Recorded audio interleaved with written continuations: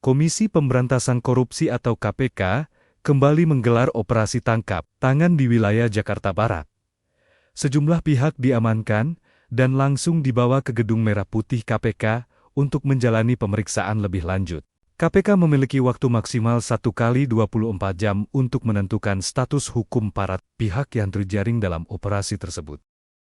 Harga emas dunia bergerak stabil di level $4.487 Amerika Serikat per troy ounce, seiring pelaku pasar mencermati perkembangan konflik di Timur Tengah dan menantikan sejumlah data ekonomi Amerika Serikat. Pergerakan emas saat ini dipengaruhi harga minyak, imbal hasil obligasi, serta nilai tukar dolar se-Amerika Serikat.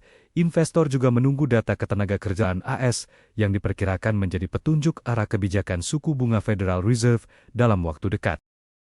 Harga minyak dunia naik ke level tertinggi dalam sepekan di tengah penantian pasar terhadap keputusan Iran atas proposal kesepakatan dengan Amerika Serikat. Minyak Brent ditutup di $96 AS per barel, sementara WTI mencapai $93,76 AS per barel. Kenaikan harga dipicu ketidakpastian geopolitik serta masih terganggunya distribusi energi global melalui Selat Hormuz. Menteri Luar Negeri Amerika Serikat menyatakan rencana Israel untuk menguasai sekitar 70% wilayah Gaza bukan bagian dari usulan kesepakatan yang tengah dibahas dengan Hamas. Pernyataan ini muncul di tengah upaya mediasi gencatan senjata dan pembebasan sandera yang masih berlangsung. Washington menegaskan fokus utama negosiasi saat ini adalah penghentian konflik, penyaluran bantuan kemanusiaan, dan tercapainya kesepakatan yang dapat diterima kedua belah pihak. Perserikatan Bangsa-Bangsa atau PBB menyampaikan keprihatinan mendalam atas meningkatnya eskalasi konflik di Lebanon Selatan. PBB memperingatkan bahwa memburuknya situasi keamanan berisiko menimbulkan lebih banyak korban sipil, serta memperparah krisis kemanusiaan di wilayah tersebut. Organisasi dunia itu juga mendesak semua pihak untuk menahan diri, menghormati hukum internasional, dan mengupayakan langkah-langkah diplomatik guna mencegah meluasnya konflik.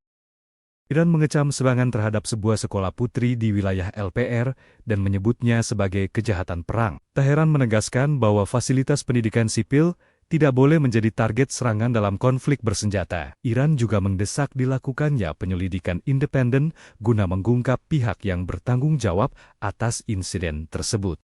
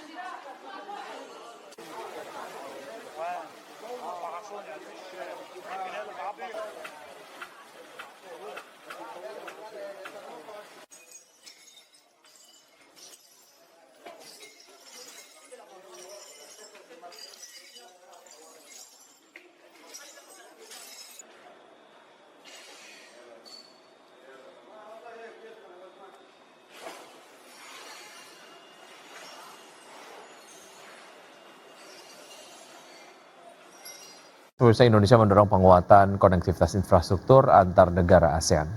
Ya, di mana kawasan Asia Tenggara diprediksi akan menjadi pusat perekonomian baru global yang menjadi banyak incaran investor dunia. Presiden Prabowo Subianto menekankan pentingnya penguatan konektivitas infrastruktur di berbagai bidang, termasuk pemerataan akses di wilayah terluar bagi negara-negara anggota ASEAN. Indonesia menekankan bahwa pembangunan infrastruktur yang terkoneksi antar negara akan memberikan dampak nyata bagi masyarakat di wilayah tertinggal, terdepan, dan terluar atau 3T, negara-negara Asia Tenggara. Untuk itu Menteri Luar Negeri Sugiono menegaskan kerjasama subregional harus juga mengutamakan konektivitas antar negara dan juga harus mampu menghadirkan akses infrastruktur yang merata dan terjangkau bagi seluruh masyarakat ASEAN. Indonesia sendiri berkomitmen untuk terus memperkuat sinergi dan konektivitas pembangunan infrastruktur lintas kawasan. Ada beberapa deliverable terkait dengan hal itu, diantaranya ASEAN Petroleum Security Agreement yang disepakati, kemudian juga after ASEAN Plus 3 Emergency Rice Security yang kemudian menjadi deliverable dari pertemuan. Ya, Bank Indonesia melaporkan posisi cadangan devisa Indonesia pada akhir April 2026 sebesar 146,2 miliar US dollar. Ya, posisi cadangan devisa pada akhir April 2026 setara dengan pembiayaan 5,8 bulan impor dan pembayaran utang luar negeri pemerintah. Bank Indonesia melaporkan posisi cadangan devisa Indonesia pada akhir April 2026 sebesar 146,2 miliar US dollar. Angka tersebut menurun dibandingkan posisi akhir Maret 2026 yang tercatat sebesar 148,2 miliar US dollar. Adapun posisi cadangan devisa pada akhir April 2026 setara dengan pembiayaan 5,8 bulan impor atau 5,6 bulan impor dan pembayaran utang luar negeri pemerintah.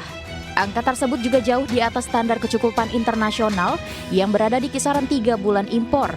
Dalam keterangannya, Direktur Departemen Komunikasi Ramdan Denny Prakoso mengungkapkan, perkembangan tersebut dipengaruhi oleh penerimaan pajak dan jasa serta penerbitan global bond pemerintah.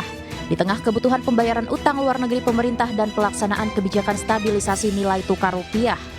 BI menilai level cadangan devisa tersebut mendukung ketahanan ekspor eksternal, sekaligus menjaga stabilitas makroekonomi dan sistem keuangan nasional. Kedepan, BI meyakini ketahanan sektor eksternal Indonesia tetap terjaga. Optimisme tersebut didukung oleh posisi cadangan devisa yang memadai, serta potensi aliran masuk modal asing yang tetap positif.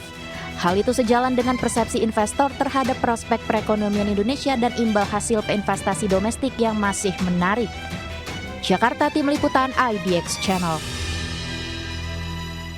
Berikutnya pemirsa, Kementerian Keuangan mencatatkan posisi utang mencapai 9.920,42 triliun rupiah per 31 Maret 2026. Ya, rasio utang terhadap produk domestik bruto berada di level 40,75%.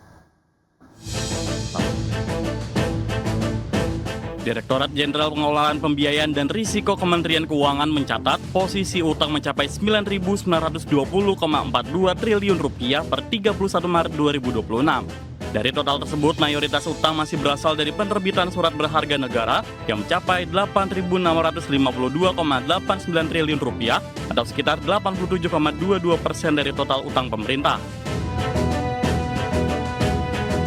Sementara itu, komponen peminjaman tercatat sebesar 1.267,52 triliun rupiah.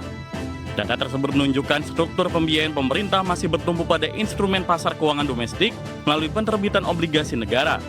Berdasarkan data yang resmi DJPPR, Kementerian Keuangan, rasio utang terhadap produk domestik bruto berada di level 40,75%. Angka tersebut masih berada di bawah batas maksimal rasio utang yang diatur dalam Undang-Undang Keuangan Negara sebesar 60% terhadap PDB. Pemerintah menyatakan pengelolaan utang dilakukan secara cermat dan terukur untuk mencapai portofolio utang yang optimal sekaligus mendukung pengembangan pasar keuangan domestik. Jakarta, Tim Liputan IDX Channel. Pacific Universal Investments mengungkapkan pengambil alihan PT Mitra Diperkasa Tbk bertujuan untuk memperkuat pengembangan bisnis grup MAP di Indonesia dan kawasan Asia Tenggara. Adapun sebelumnya pada Jumat 8 Mei 2026, Pacific Universal Investments resmi mengakuisisi 51% saham MAP dengan nilai total mencapai 11,81 triliun rupiah. Pacific Universal Investments mengungkapkan pengambil alihan PT Mitra Adi Perkasa Tbk bertujuan memperkuat pengembangan bisnis grup MAP di Indonesia dan kawasan Asia Tenggara. Direktur Pacific Universal Investments mengatakan langkah akuisisi Mitra Adi Perkasa dilakukan untuk mendukung ekspansi dan pertumbuhan jangka panjang perseroan sebagai salah satu pemain retail terbesar di kawasan. Pada Jumat 8 Mei 2026, Pacific Universal Investments resmi mengakuisisi 8,46 miliar saham MAPI atau setara 51% dari total modal ditempatkan dan disetor perseroan. Saham tersebut dibeli dari PT Satya Mulia Gema Gemilang dengan harga Rp1.395 per saham atau senilai total Rp11,81 triliun. Dengan rampungnya transaksi tersebut, Pacific resmi menjadi pengendali baru emiten retail gaya hidup tersebut. Pacific bersama afiliasi CFC Capital Partners juga akan menunjuk Samudra Investment dan Ocean Continuum untuk melaksanakan penawaran tender wajib atas saham publik MAPI. Harga penawaran tender wajib tersebut ditetapkan sebesar Rp1.550 per saham sesuai ketentuan yang berlaku di pasar modal. Aksi pergantian pemegang saham pengendali MAPI terjadi di tengah kinerja mentereng grup MAP. Pada kuartal 1 2026, PT Mitra Adi Perkasa Tbk mencatat pertumbuhan pendapatan 32,04% secara tahunan menjadi Rp12,29 triliun. Di sisi bottom line, laba bersih perseroan naik 32,98% menjadi Rp628,04 miliar. Berbagai sumber IDX Channel. Ya, pemirsa, PT Itsek Asia Tbk akan melakukan pemecahan nilai nominal saham atau stock split dengan rasio 1:2 sehingga nilai nominal saham berubah dari Rp25 per saham menjadi Rp12,5 per saham. Direktur PT Itsek Asia Tbk Doni Mora mengatakan aksi korporasi tersebut telah memperoleh persetujuan pemegang saham dalam RUPS luar biasa yang digelar pada 16 April 2026. Melalui aksi korporasi ini jumlah saham ditempatkan dan di-store penuh meningkat menjadi 13,43 miliar saham. Manajemen perseroan menjelaskan langkah stock split dilakukan untuk meningkatkan likuiditas perdagangan saham sekaligus memperluas basis investor di pasar modal. Berdasarkan jadwal yang telah diumumkan perseroan, perdagangan saham CYBR dengan nilai nominal lama di pasar reguler dan negosiasi berakhir pada 12 Mei 2026. Selanjutnya saham dengan nominal baru mulai diperdagangkan di pasar reguler dan negosiasi pada 13 Mei 2026.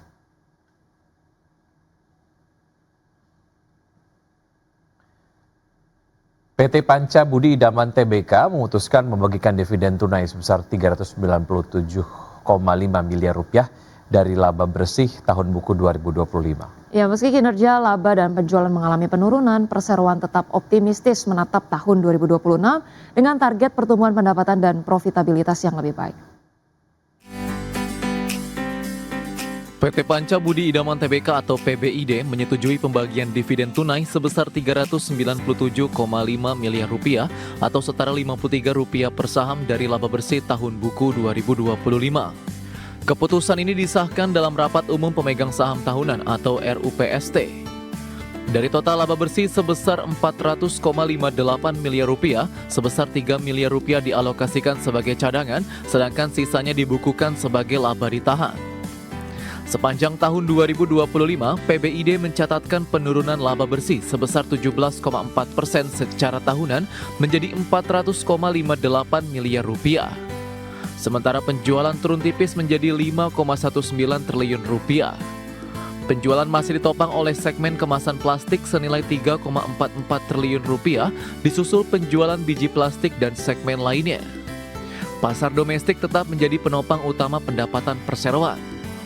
Direktur Utama PBID Vicky Taslim menyebut penurunan kinerja dipengaruhi tren penurunan harga biji plastik sepanjang tahun 2025.